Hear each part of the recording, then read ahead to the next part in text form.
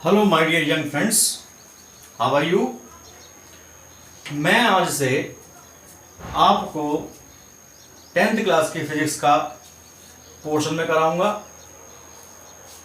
ध्यान रखिए, फिजिक्स बहुत ज़्यादा टिपिकल नहीं है, थोड़ा सा ध्यान देने की आवश्यकता है, आसानी से की जा सकती है, रेगुलर वर्क करना है आपको। इसलिए सबसे पहले हम जो चैप्टर शुरू करेंगे उसका नाम है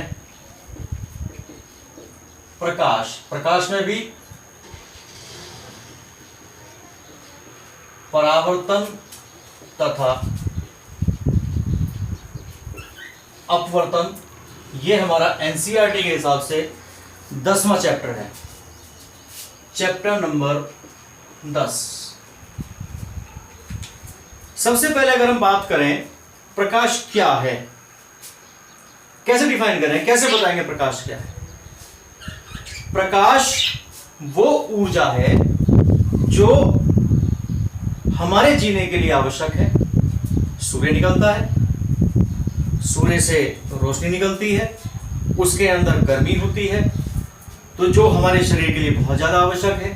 तो प्रकाश क्या है? प्रकाश है एक प्रकार की ऊर्जा। घटनाएं, इसके अंदर कई घटनाएं होती हैं। दो घटनाएं बेसिकली हम बात कर रहे हैं यहां पर, परावर्तन की और अपवर्तन की। दोनों घटनाएं आपने देखी हैं, कहां कहां देखी हैं ये मैं आपको बता रहा हूं। परावर्तन मतलब प्रकाश का किसी चिकनी सतह से टकरा करके दूसरी ओर निकल जाना। कैसे? आपने एक घर में इस्तेमाल होने वाली प्लेट ली, प्लेट को सीधा किया, जो चिकनी है अपने चेहरे की तरफ किया, तो आपको क्या दिखाई देता है? आपको अपना चेहरा दिखाई देता है। हो सकता है वो चेहरा छोटा दिखाई दे, हो सकता है चेहरा आपको बड़ा दिखाई दे, वो डिपेंड करता है जो हमने चिकनी सतह ली है उसकी प्रकृति पर डिपेंड करता है। लेकिन सबसे पहले हम बात करेंगे प्रकाश का परावर्तन।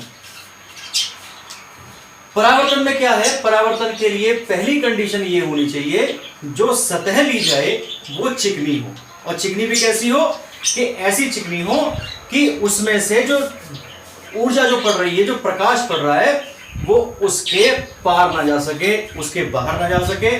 तो हमने एक दर्पण का इस्तेमाल किया है। अगर हमने बिल्कुल एक सीधा लाइन खींची है और इसके नीचे की साइड में हमने ये छोटी छोटी लाइनें खींच दी हैं, तो इसका मतलब ये है कि चिकनी सतह हमारी ऊपर है और नीचे की सतह पर कोई पेंट लगा हुआ है, चिकनी सतह है, जिससे कि हम उसमें चेहरा देख सकते हैं। दर्पण कहाँ देखा है? दर्पण हमने देखे घरों में इस्तेमाल होने वाले जो शीशे हैं, जो चेहरे देखने के लिए इस्तेमाल होते हैं, मेकअप करने के लिए इस्तेमाल होते हैं, नाई की दुकान में लगे हुए होते हैं।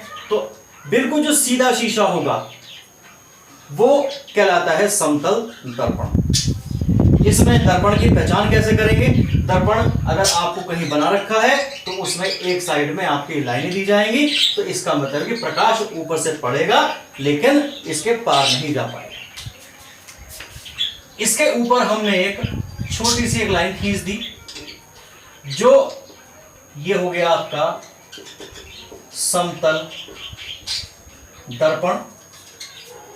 जो लाइन खींची है हमने, ये लाइन इसके साथ 90 डिग्री का कोण बनाती है, तो इसलिए हम इसे कहते हैं अभिलंब। अभिलंब मतलब वो रेखा जो कि सतह के साथ 90 डिग्री का कोण बनाती है। अब प्रकाश के परावर्तन की हम बात करेंगे। जो भी कोण नापा जाना है वो अभिलंब से नापा जाना है। मान लो कि एक प्रकाश किरण हमने इस तरीके से इस पॉइंट पर डाली। ध्यान दें कि प्रकाश जहां भी पड़ेगा अभिलंब उसी पॉइंट से खींचा जाना है। प्रकाश यहां पड़ेगा तो अभिलंब यहां से खींचा जाएगा। प्रकाश यहां पड़ा तो अभिलंब यहां से हमने खींचा। तो जो किरण पड़ती है, जो रेखा पड़ती है या प्रकाश पड़ता है, इसको हम कहते हैं आपतित किरण। आपतित का मतलब है पड़ने वाली। अब क्या होगा? घटना होने के बाद में परावर्तन की घटना है, परावर्तन की घटना के अंदर देखिए ये जो कोण बना रही है इसके साथ में इसको आई कहते हैं और आई को कहते हैं आपतन कोण। आपतित किरण अभिलंब के साथ जो कोण बनाएगी उसको हम आपतन कोण कहते हैं। अब प्रकाश की प्रकृति है, या तो वो उस सतह के पार जाएगा, नहीं अगर पार नहीं जा पाता तो उससे छिटक जाएगा। छिटक कर किधर जाएगा? ये छिटक करके इस साइड जाएगा। टकरा करके गया, इस बिंदु से टकरा करके गया, टकरा करके जाने वाली किरण को हम कहते हैं परावर्तित किरण। और परावर्तित किरण जो कोण बनाती है इसके साथ उसको हम कहते हैं परावर्तन कोण। आर कहते हैं परावर्तन कोण। तो प्रकाश की परावर्तन की परिभाषा क्या हुई? जब कोई प्रकाश किरण किसी चिकने व समान सतह पर पड़ती है तो उससे टकराने के बाद वह दूसरी दिशा में चली जाती है। इस घटना को क्या कहते हैं? परावर्तन की घटना कहते हैं। तो क्या होगा? जब कोई प्रकाश किरण किसी चिकने सतह पर पड़कर दूसरी दिशा में चली जाती है इस घटना को हम परावर्तन की घटना कहते हैं। मैं आपको परिभाषा लिखा रहा हूं, आप परिभाषा लिखिए।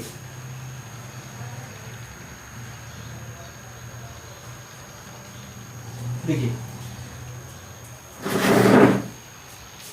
जब परिभाषा लिखने का तरीका है कि मैं बोलता जाऊंगा, आप धीरे धीरे वीडियो को पॉज करते जाएं और उसको लिखते जाएं। जब कोई प्रकाश किरण किसी चिकने सतह पर गिरता है तो उसका अधिकांश भाग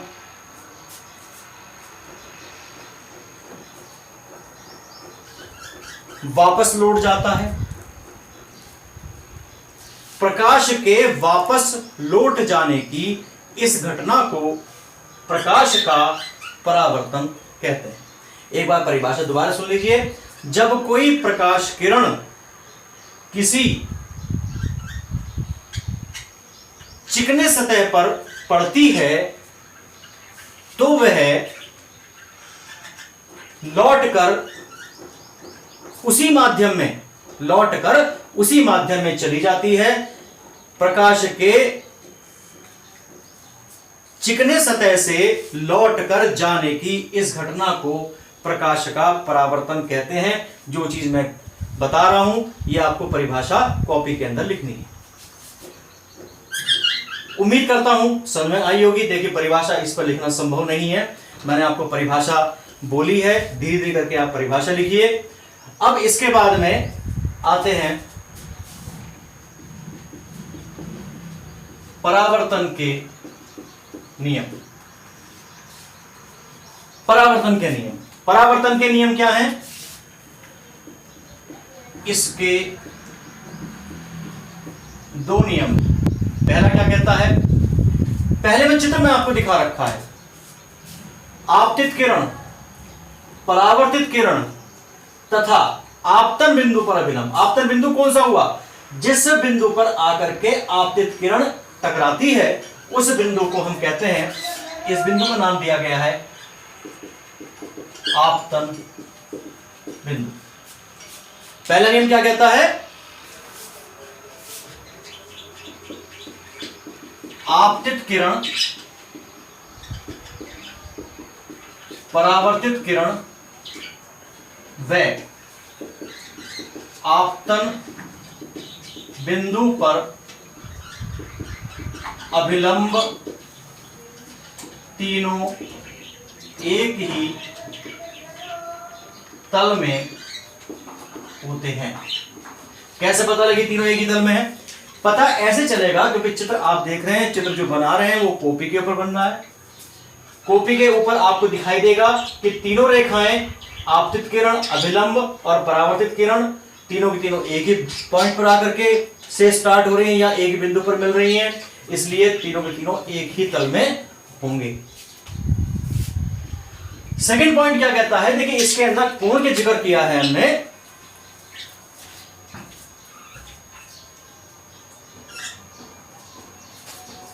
इसमें कोण का जिक्र किया है। कोण के जिक्र में क्या बताया है कि आई को हमने आपतन कोण बताया, आर को परावर्तन कोण बताया। तो इसमें क्या कहते हैं, आपतन कोण परावर्तन कोण के बराबर होता है। आपतन कोण परावर्तन कोण के बराबर होता है, तो क्या लिख सकते हैं, एंगल आई बराबर एंगल आर। कोण आई का मान कोण आर के बराबर होगा। ये हमारे परावर्तन के नियम हैं।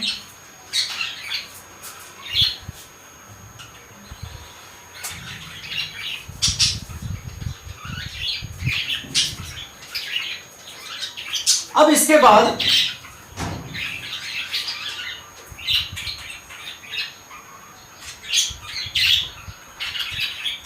प्रकाश अगर यहां से चल रहा है तो लौट के यहां जाएगा, प्रकाश यहां से चल रहा है तो लौट के यहां जाएगा। ये ध्यान रखिए कि इसके अंदर हम जो बात कर रहे हैं वो हम दर्पण की या हम चिकनी सतह की हम बात कर रहे हैं, तो बिल्कुल सीधी है, जिसमें कोई भी वक्र नाम की कोई चीज नहीं है। इसलिए इस कंडीशन के अंदर कोण आई और कोण आर दोनों एक दूसरे के बराबर होंगे। अब बात आती है कि जो प्रकाश चलेगा वो किसी वस्तु से चलेगा, तो इसका मतलब यहां पर क्या होनी चाहिए, कोई एक वस्तु होनी चाहिए। अब वस्तु,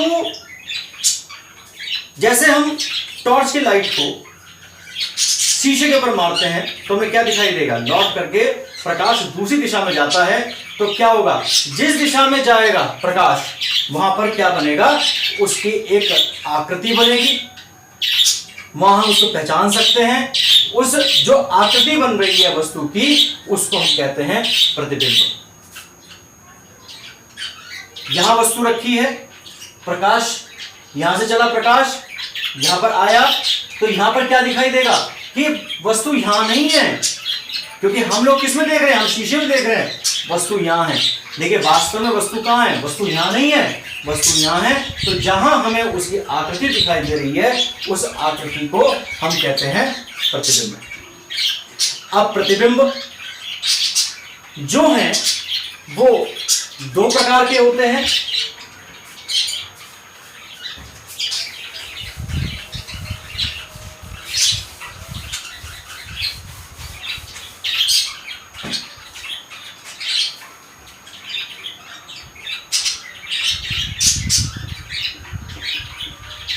प्रतिबिंब के प्रकार, पहला होता है आभासी प्रतिबिंब। आभासी प्रतिबिंब ऐसा प्रतिबिंब जो हमको दिखाई नहीं देगा, जिसका केवल हम आभास करेंगे, हमें लगेगा कि हमें किसी वस्तु से आता हुआ प्रतीत हो रहा है, प्रतीत हो रहा है, हमको दिखाई नहीं दे रहा, हम उसका आभास कर रहे हैं, हम उसको महसूस कर रहे हैं, उसको हम क्या कहते हैं, आभासी प्रतिबिंब हम कहते हैं। वैसे ये कहा जाता है कि वो प्रतिबिंब जिसको हम पर्दे पर ना ले सकें, उसको हम आभासी प्रतिबिंब कहते हैं। तो आभासी प्रतिबिंब क्या हुआ कि वो प्रतिबिंब जो कि किसी बिंदु से आता हुआ प्रतीत होता है, उसको हम आभासी प्रतिबिंब कहते हैं। और जो प्रतिबिंब किसी भी वस्तु से आता हुआ आकर के किसी बिंदु पर मिले, उसको हम कहते हैं वास्तविक प्रतिबिंब। सेकंड पॉइंट है वास्तविक प्रतिबिंब। मैं आपको आभासी प्रतिबिंब और वास्तविक प्रतिबिंब की परिभाषा लिखा रहा हूं, आप परिभाषा लिखिए। पहले आप आभासी प्रतिबिंब की परिभाषा लिखेंगे, मैं धीरे धीरे करके बोल रहा हूं, आप लोग उसे नोट करिए।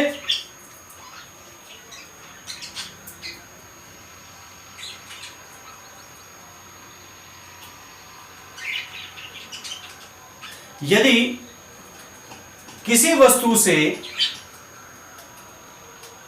चलने वाली किरणें परावर्तन के पश्चात किसी दूसरे बिंदु से आती हुई प्रतीत हो तो इस बिंदु को उस वस्तु का आभासी प्रतिबिंब कहते हैं। अब दूसरा, मैंने आपको वास्तविक प्रतिबिंब बनाया। अब किसी दूसरे बिंदु से नहीं आ रही, अब की बार दूसरे बिंदु पर आकर के मिल रही हैं। जब मिलेंगी तो हमको दिखाई देगा, वस्तु दिखाई देगी, तो कैसा होगा प्रतिबिंब? वास्तविक प्रतिबिंब होगा। तो अब वास्तविक प्रतिबिंब की परिभाषा लिखिए। यदि किसी वस्तु से चलने वाली किरणें परावर्तन के पश्चात किसी दूसरे बिंदु पर